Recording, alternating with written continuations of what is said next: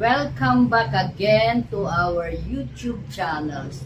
Ngayon ay magmamarkot tayo ng Adenum Desert Rose. At tapos dito, ganyan lang. So, ang gagawin natin, imamarkot muna natin dito.